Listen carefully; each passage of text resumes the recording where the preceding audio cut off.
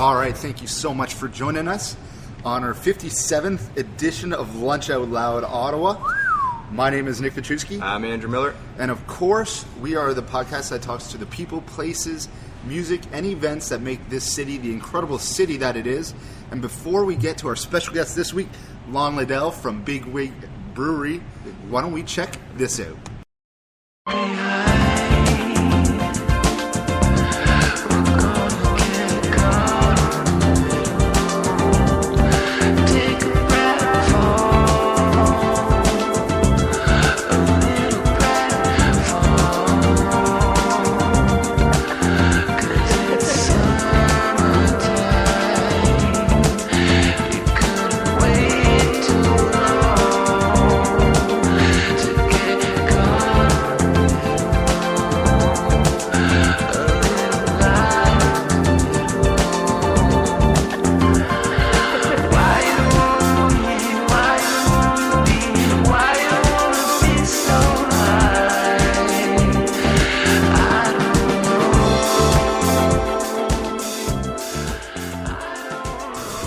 So the song you heard there was Dubai by Baby Dubai, the new song off the new album from Silkken Laumann.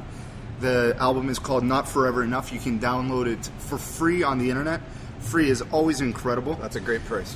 And so Pat and Rolf from Silkken Laumann will be playing Friday. They DJ Friday at 90s Bust Move at Babylon, as well as Adam and Gary are playing Saturday. They're also from Silkken Laumann. They're joining up with Acro and Shub from a tribe called Red at Black Sheep Inn. So there's no concert announcements for Silkken Laumann in the near future. There will be them, but for now you'll be able to see them DJ and do their other side projects going on. So a great song. Cool. And Is that Rolf that we had on the show from the Arboretum Festival? Yeah. Cool. So they played. They released the album on New Year's at Babylon, and great reviews. Right on. All right, anyways, we're here with Lon Liddell. The Brewmaster. At Brewmaster Lon on Twitter, from Big Rig, and they're doing incredible stuff here. So we naturally thought we got to get out here and talk to a brewmaster. This is our first. How's it feel to have that title, Brewmaster? It's pretty good. Well, thanks for having me on, guys. I really appreciate it. It's a great show. Brewmaster. Well, it's definitely got its positives. Yeah. I have lots of friends. So let's just say. Sure. So it's making beer has been. I started a long time ago when I was in 1996 commercially, and so it's the lifestyle has treated me pretty well. And you're originally from out west areas? Yeah. Born and raised on Vancouver Island. So I did. Cool. Started working in the dairy industry out of university, and sort of learn how to brew milk first. Brew milk, yogurt, cottage cheese, that sort of thing. You grew up on a farm. No, it was like a dairy plant. So you get the raw milk in, you make you add all the stuff, you insert. So I woke up one morning and realized I was lactose intolerant, and I spent all my paychecks on beer. And I was like, you know what? I'm in the wrong field. So it just happened that my father is a brewmaster as well. And, oh, really? And he was working at a place called Spinnaker's Brew Pub. So basically, I'd finish up my night shift, go and volunteer at Spinnaker's Brewery until he had to hire me on. And of course, my dairy knowledge, time, temperatures, pHs, all the chemistry is very similar, so it was sort of a lot of relatable experiences. So I was able to go in there, do some training with him, and then I did a mentorship program with a gentleman named James Pryor, who was director and brewmaster at Bass, Guinness, and Whitbread throughout the 70s and 80s, and had retired in Victoria, and I was sort of his pet project. So how long is that process to get the title brewmaster? Then is it you have to do a certain length of apprenticeship, or? Yeah, there's a few ways to go about it. When I started, there wasn't too many schools in North America. There, grade school in Edinburgh, Germany, those sort of things, right? Mm-hmm. So the other way to do it was to do an apprenticeship, and then to be deemed worthy after testing and things like that. So after doing some international consulting, and startups and a number of brews and that sort of thing, my mentor had sort of passed me to that level. So wow, that's cool. Very cool. Yeah, learning from the best. Yeah, no, absolutely. I can make a mean Guinness from the '60s. Wow, before it turned into a Labatt's product. So is that why Right it started? You did the chocolate milk stout was very popular as well. Yeah, coming from Victoria, the beer knowledge there is huge, right? The craft beer exploded there in the mid '90s, sort of like it's exploding here now. So we're a little behind what's been going on, I guess. Yeah, but we're catching up really fast. We're catching up really fast. So when I was slating the beers to open here, I didn't want to put a Guinness on tap. Guinness is a great beer. Don't get me wrong, but the thing is, it's the most well-marketed beer in the world. Yeah. So everybody has an expectation of that beer, and the loyalty of it is immense. So I wanted to have something that sort of fit into the same flavor range, Okay. but be different enough that people aren't doing the side-to-side comparison. So yeah, we sell a lot of that beer, and we sell a lot of it to Guinness drinkers, so I guess that's a plus. Well, we're really lucky to have you in Ottawa, coming from Victoria. I know. All right, thanks. How long have you been in Ottawa then? Moved to Ottawa with my family 3 years ago. 3 years, and you're basically 3 years. And what have you seen change in Ottawa? What have you grown to love about Ottawa? Has your family embraced it? I know it's a lot warmer climate in Victoria. It's a lot colder now. The climate right now could be a little more indicative. I know you don't get as much snow, but the weather is a little... Well, let's just put weather aside from this whole conversation, or else it'll be pretty one-sided. But Victoria's a pretty special area. I've still got a lot of family there, and it's definitely got a warm spot in my heart. But Ottawa has definitely grown on me. My wife's from Ottawa. Yeah. Her family is here. And her father had some health issues, so we sold her businesses out west, and I shipped her out here. We moved out here, and we found a nice little place just outside of Ottawa, right on the Ottawa River. Wonderful. Oh, yeah, nice. That was she was here looking for a place to live, and I said, just find me a place that's kind of close to water, and you'll feel like you're at home. Squint my eyes, I don't see the Gatineau Hills, and we're all good. So living sort of just outside of Ottawa, it's been a real treat. I live in a very small community, and the support there has been fantastic. And getting to know Ottawa from a little bit of an outsider at first, and then obviously throwing myself full into the community, whether it's charitable events or festivals or whatever. It's been great to get to know the people in the community and really see the support of craft beer in Ottawa. I mean, coming from where I was, the knowledge level of beer, and then coming to here, when I moved here, there wasn't too much going on. And within the space of this 3 years, it's just been fantastic. So I'm definitely supportive of any of the new guys opening up. As long as they're making good beer, it's bringing in new customers into the craft beer movement. And that's really what it's all about, education and drinking good beer. Absolutely. The more people not just picking up, Bud or Canadian or Coors, hey, the better off for everybody. Right? Yeah. I mean, those are the competitors. Those are. Yeah, I mean, the big growth in craft beer has really been from the import market and from the wine market. That's where craft beer gains the majority of its ground. Yeah, we still get a lot from the domestics. Like we pull some of those percentages, but our main growth pattern is from the imports and the. Oh, cool. So now you were just telling us recently that you just got back from a Brewmasters. Was it a conference or a festival? Yeah, it's called the Brewmasters Festival. Brewmasters Festival in the United States. What were you able to take back from there that you might be able to bring to Ottawa? Or maybe things that were lacking. There was that. Well, I noticed from the craft beers, you don't get many hangovers because it's just better quality. Having butter blue causes me to have hangovers. I don't have that anymore. And now it's on the craft beers. But what did you learn there? The Brewmasters Festival is a yearly event, so I've been to a great number of them, and it's a trade show and it's a seminar sort of thing over 3-4 days. This one was in DC, which was great because it was close. The next one coming up is in Denver, but it's always fun going down to the States because whatever we're doing up here as far as the growth, it's really exploding so many times fold down there. Oh, really? So just to go in and sit in the seminars and see what's going on, there's so many new breweries opening up that it's just crazy. The wait times on new equipment, the wait time, the availability of ingredients is starting to become an issue. So really, it's an interesting time in our marketplace. Well, that's something I wanted to touch on. Originally, when you guys started, and I think on the website it still says it, that Chris Phillips himself was going to start growing some hops, I believe, at his farm. Has that taken place yet? Or? Yeah, we had a first attempt. The first attempt, I called one of my contacts in BC. They have an organic brewery on a farm, so they plant all their own rhizomes. The hops grow beautiful, lovey-dovey peace thing. Fantastic people. They make a beer called the Backhand of God, and it is a serious stout that'll hit you in the side of the face. Delicious. Oh, that's cool. One of the best stouts in Canada. So anyway, she was kind enough to send out some of these rhizomes. So it's basically a root system. Okay. And all you need to do is plant them into the ground, and they grow. It's basically a weed that grows. Hops, a fantastic weed. Yeah.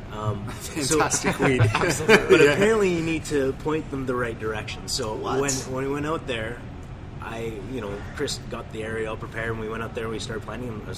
We were like, well, which way's up? And so we actually planted them upside down. So first year was a bit of a bust. The second year we brought on somebody with a little bit more knowledge. So we leaned on some of the local hop growers, which we're getting more and more of now, which is super cool. He came out, he helped us out, and so we actually did plant 20 plants outside of a barn. And so we actually got a yield on our first year, which we were able to make a beer out of. Oh, cool. Which beer was that? It was a beer called Harvest Pale Ale. Oh, that's cool. the Harvest Ale. Okay. So what was really Makes cool sense. about that is we didn't have enough hops from Number Force Farm to do the entire thing. So the brewery, we went out as a brewery and we went to 3 local farmers and got hops from three different nice. farmers and picked it all ourselves. So 100% of the hops were whole hop picked from us, and so they're absolutely as fresh as it can be. So it was a really cool, fun experience, and also the beer was fantastic. I do say so myself. Do you see that continuing? A lot more Yeah. organic, growing that, so you're a lot more. Your future beers are going to be a lot more organic. So. Yeah, is the money half decent in that? For I'm speaking from a farmer's point of view. Yeah. If you have a little bit of land, is it relatively easy? Well, once you know what direction you're planting them, is it relatively easy to grow? Do you think this is going to happen more so for local farmers to start doing? Create win-wins. Yeah. Yeah, no, I've even in the last year and a half since we opened, I did my research about the local hop growers. They've exploded as well. Every probably couple of months, I'm getting people coming in and asking me some questions about, hey, what do you think about putting in some vines or this, that? And honestly, there's a lot of good growers in the area now. And so cool. it is a good market. It's a good option, and the financial gain to it. I think it's a little bit of a cottage industry at this point. Okay. A love of the product, sort of thing. But can it grow? Yeah. Ottawa Valley used to be a huge hop growing area, from my understanding, from talking to these guys, and that's something that I could totally see taking off. Cool. Yeah. Well, we'll be right back with Lon. We're just going to take a quick break, listen to one more song from Silkken Laumann. This is going to be Obvious Water, and we'll be right back with Lon.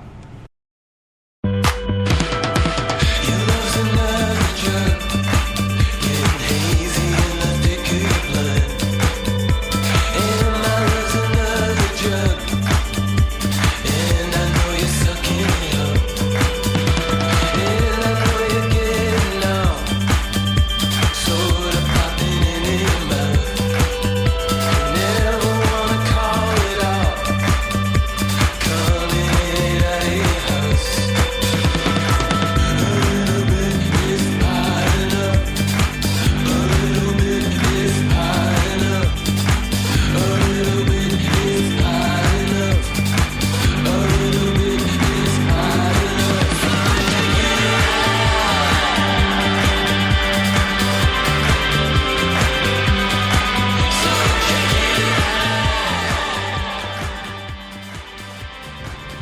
right, so again, that was another song from Silkken Laumann, and we are here with Lon from Big Rig Brewery. Good day, good day. So, as you said, Ontario craft breweries are kind of exploding here. What? Actually, do you know the number of breweries that we now have around the Ottawa area? You know what? I lost count as of last week. No, Okay. I'm not 100% sure. I keep hearing more rumors of places opening up or trying to get funding, and Definitely in double digits, so I mean, there's got to be at least 20 or so. I'd say Like 20. Yeah. Around 10 to 20. Honestly, I'm not 100% sure. It's popping Right up on. all the time. Yeah. So from what you've seen over the years at the different brewmasters festivals, what do you think that we can start doing a little bit differently around here? The tools. Yeah, well, one of the things that I think is the craft brewers in the States have really done well is they've got together and created a good sense of community and organization around it. And so I've actually just joined the Ontario Craft Brewers Association, which is a fantastic organization that has great membership with the craft brewers, and they're very organized, and they're really helping moving craft beer in a forward position. Obviously, our main topic of discussion right now is Ontario retail laws for selling beer in retail outlets. But the organization is great, and it really emphasizes that sense of community, that helping each other out, whether it's ingredient, whether it's process, or whether it's on the larger scale, getting us to be more profitable, to be more successful, and to gain more of that market share. So, where are we at with LCBO and the beer store and microbreweries, craft breweries? Well, it's a pretty hot topic, which is fantastic. The more that the public hears about it, the better. The premier has it on her table. Change is coming, and I think that it's going to be positive. She's not one of the things that I've found very positive. It's they're thinking long-term solutions, not necessarily let's throw the cash cow out there and profit on it. So I think the long term is quite good. The next step is for some pressure to be put on the beer store to be a little bit more accessible to craft beer. One of the key things to that is to have more retail type stores instead of the store where you go in, you see the big board, and there's a wall there. I call that a wall store.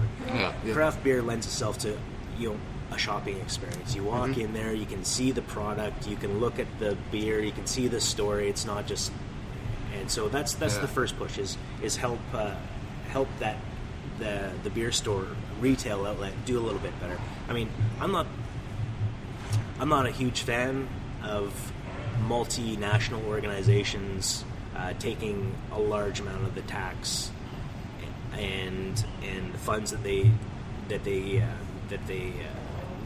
make in Canada and taking that out of the country. I'm not a huge fan, but at the same time, this is an organization that's here, and we need to sort of help them move forward so it betters craft beer. That's cool. Wonderful, and that will happen. Yeah, let's get into a little bit more about Big Rig itself and how it formed. You're about, a year and a half old now? It'll be 2 years in June, I believe? Yep, that's right. Bunch of all-stars coming together. Well, that's it. I mean, you have a total of four owners, is it? Yeah, there's 5 of us, actually. Or 5 of you? Okay. Yep. And how was that put together? Like, you said you moved to town about 3 years ago, so did you have any idea that this might be in your future? No. Did they scout you out, or did you guys all know each other? How did the 5 of you all come together on this? Well, it was sort of I moved to Ottawa without knowing of this project. I mean, obviously my life has been in beer, and I knew that I would probably continue in that. When I moved here, there was a couple of jobs, but no available jobs. Not the sort of industry where you go in and you take somebody's job because you have more experience. Yeah. So I immediately set out to make my own job. Let's just say. So, happy coincidence. I met one of the other owners. He asked what I loved, and I told him. Obviously, I'm very passionate about beer, which is easy to be passionate about. Yeah. And And then it just sort of steamrolled from there. Within a couple of weeks, we had decided to do something, and that was one of the owners of the Baton Rouge franchise. So he brought in one of the other owners, so 2 Baton Rouge franchises, and one of them is neighbors with Mr. Phillips. And so over the barbecue and the fence, they had always talked about the beer, and so natural fit there. And with Chris came a gentleman named Pierre, who has been in the nightclub and bar scene and ownership of a lot of places in the Ottawa area. So lots of experience for sure. So it's a very original place. You have the great equipment that you imported. A lot of it was you decided what kind of equipment you wanted to bring in. Yep. You brought it in. Yeah. You have a wonderful dining room area and then the bar area. And then healthy and food. huge. And huge. And it's 300 seats inside and almost 100 outside in the summer. Absolutely. And that's a big almost spot for always a restaurant. packed for Sens games and other sporting events, which is great. Yeah, no, we're busy a lot of the time, so I'd suggest making a reservation. Obviously, we welcome walk-ins, but we cater to a large demographic. So I mean, from the pub side where we have our draft tables that you can reserve, fit 10 people around a table. You serve the beer yourself. It's basically on a flow meter, and you can sort of pour your own bills. Very that's deadly. Very cool. Yeah. Don't bring Miller. to the dining room, to the patio, and it's and we also have a retail store here, which is pretty cool. So you do have a lot of merchandise. We have merchandise, but the cool thing is you can get food to go. And you can pick up beer. So when the beer store and the LCBOs are closed on holidays, or even if you're just driving by, you can... I've popped in quite a few times to grab a growler or two. Yeah, you can pre-order a pizza, pick up beer, and head home. Or you can stay in. And the growlers you got are a great deal too. It's you pay about approximately $20 or so, and it once you bring the empty growler back, it's $5 off your next one, right? Yeah, that's right. I think the growlers are about $12.50, and then there's the tax and deposit. So that's wonderful. Yeah. Yeah, that's great. And you do so you got 2 upcoming new beers coming out. Yes. Can you tell us about the Scotch Ale, which sounds pretty interesting? Yeah, absolutely. We've got the Scotch Ale. I'm sort of doing a double launch on it. Being a Scotsman, Scots roots, being a McGregor, I'm pretty happy when Robbie Burns Day comes out. Yeah. And so I made a Scotch Ale for it.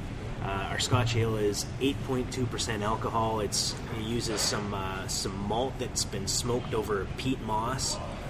It's got some oak barrel that I actually let steep in the finished beer for a while. So it's got some oakiness. It's got some cool smoky characters, and it's got a lot of nice smooth mouthfeel. So it's really for a big beer, it's very, very easy to drink and very complex. And you'll be launching that on January 25th for Robbie Burns? Yeah, that's the base of the Robbie Burns beer. So that one, the Scotch Ale's on tap right now. Okay. And what I do with that Scotch Ale is I put it in cask. So basically put it in some cask, and then I add some single malt Scotch to it, some fresh vanilla pods, and some brown sugar. And then I re-ferment it in there. So what happens is it just really changes and alters the flavor profile. You get that sort of Scotch flavor infused with the already oak, and it's just it's pretty cool. It's pretty cool. So what's the time frame for that kind of take to make? Well, once we get the beer finished, it's at least 2 weeks to sort of after that point. So that is basically Robbie Burns Day. We're going to be putting a couple of casks up on the bar at 4:00 on that Saturday. Cool. What would your favorite combination that you've ever come up with be? As far as I'm sure you've come up with a variety of different beers over the years, but any favorites that stick in your head? Or I've been making beer commercially for almost close to 20 years now, and I've made close to 4,000 beers. 4,000. Wow. Yeah, and so to pull out a favorite out of that, it's tough. It's not there, but it was. Who's your favorite child, Andrew? Yeah, but last year was pretty cool. I mean, we put some beers into the Ontario Craft Beer Awards, and we were voted best new brewery in Ontario. Oh wow! Congratulations! And some of our beers won first and second prize in there. So of those, was a beer called Czech Pils, which is basically I made for the Champions League. The Champions League soccer matches, football matches, and I was tired of drinking the tall import cans during the European soccer, so I decided. So no more Carlsberg for you. No more You're done with the Carlsberg. No, it's time to make my own. So do we have a World Cup beer possibly upcoming? Hey, that's a great idea. For sure. That's a 'Cause great I will idea. come here, if you do that, I'll come here for some Dutch matches for sure. You got it. I can't wait for that. You got it. Do you guys offer tours here at all of the brewery? Yeah, absolutely. We don't have sort of scheduled times. It's if you're making a reservation for coming in with some friends, feel free to ask at the dining room if we can accommodate. If we've got somebody here or we're not in production at that point in time, we'd love to have you through. Oh, that's cool. Yeah, so just check at the front desk. And a couple of charities you're big supporters of the Ride for Dad. So you had the Iron Arse Ale. Iron Arse Ale, yeah. And that's pretty key for you as well. Yeah, no, that's one that's definitely close to my heart. The Ride for Dad organization deals with prostate cancer, so it's mainly about education and early testing is what they do. So it was really nice for me to join up with those guys to make a specific beer for them called Iron Arse and then sell it out for them. But I was especially happy to move into that because prostate cancer sort of runs in my family. As I mentioned at the start of the show, we moved here for some family health reasons, and my father-in-law passed away with prostate cancer at the start, and then also my biological father had prostate cancer, and my stepfather as well had prostate cancer. So all three of my father figures in my life have all had prostate cancer. So you're rolling the dice then. So hopefully this will grow. Yeah, absolutely. I mean, across Canada, the Ride for Dad does fantastic work, and we're honored to be a part of it. That's wonderful. That's cool. And you got some other charities this evening. Actually, you're part of the Red and White, which is for the Harmony House. Yes, I believe that's right. it is. Absolutely. It's an incredible charity too. Yeah, I love that. great. I want to help out more with that charity. In the So future. for that, if anybody's interested, I'm not sure if there are still tickets or not. There's a few left. Yeah, I think there's a couple left. But it's $65, and you got Chef Michael Blackie of Next and MB Cuisine, and Chef Norman Aitken of Juniper Kitchen and Wine Bar. Two great restaurants. Yeah, absolutely, two big ones, and that's at Ashbury College, and that's starting at 7 o'clock. Wonderful location too. Absolutely. No, I'm really looking forward to it. Will you be there tonight? Yeah, absolutely. Oh. Yeah, it's one of the personal charities that my wife and I wanted to support. Yeah. And this opportunity came up, and I was like, fantastic! If we can bring it to a bigger scale. Yeah, for sure. And Wonderful. do some good. I'd love to be there. That's one benefit of your position. Nobody's going to turn your services down for any charity event. Yeah, no, it's if you have an opportunity to give, I think that it's very important as far as. It's wonderful that you've come to our community and do that. Yeah, well, thank you. That's good. So, just real quick, how many beers do we got going on now at Big Rig on tap? We've got 10 beers on tap, and sort of 6 of those are the staples where we have on all the time, and then we've got up to 4 seasonals. So we've got a triple chocolate cherry imperial milk stout, which is just massive, huge flavors. We've got an extra special bitter, and then the Scotch ale. Yeah. Also coming up, doing a few Belgian beers. So cool. I've got a strong Belgian blonde coming out, and a couple other Belgians after that, and then I'm into the spring beers. Wow. Right on. Always So busy. people can come in and they can grab the growlers. Can you get any of those on tap then? Yeah. And fill up a growler and off you go? Absolutely. Any of the beers that we have on tap, you can get put into growler form. And then, of course, we've got the Big Rig Golden 6-packs available. And as that's well. what's available at the LCBO as well, correct? Yes, it is. Thanks Are for you the looking reminder. for more in the future? Yeah, absolutely. LCBO is a big part of our expansion plans. We're actually looking into opening up another off-site brewery, and really putting some volume beer out there. And so, having the LCBO as a business partner is great. So we've got the gold in there now, and we're looking to expand into a couple of more brands this year. Wonderful. Well, we hope you do that. Thank you. And did I also see that you can get some beer delivered Yeah, on the website? Something if someone's birthday or something I saw? It said, Yeah, there's a couple of organizations out there now that do beer delivery And Giveopoly, I believe it was, is what I saw it on Giveopoly is there. one, and the other one is Brew Donkey? Brew Donkey. That's Brew Donkey, right. yeah. So yeah, Cool. great people, and they're providing a service to the community, Yes, that's this is awesome. growing. delivering one bottle at a time. I Well, like thank you it. so much, Lod. Yeah, thanks a lot. We've learned a lot. I think we've expanded on some of the other interviews that are on the web right now, so I Yeah. think we're giving some more value added. Any idea where the new location's going to be? The new brewery or the new can we- restaurant? the new restaurant / new brewery.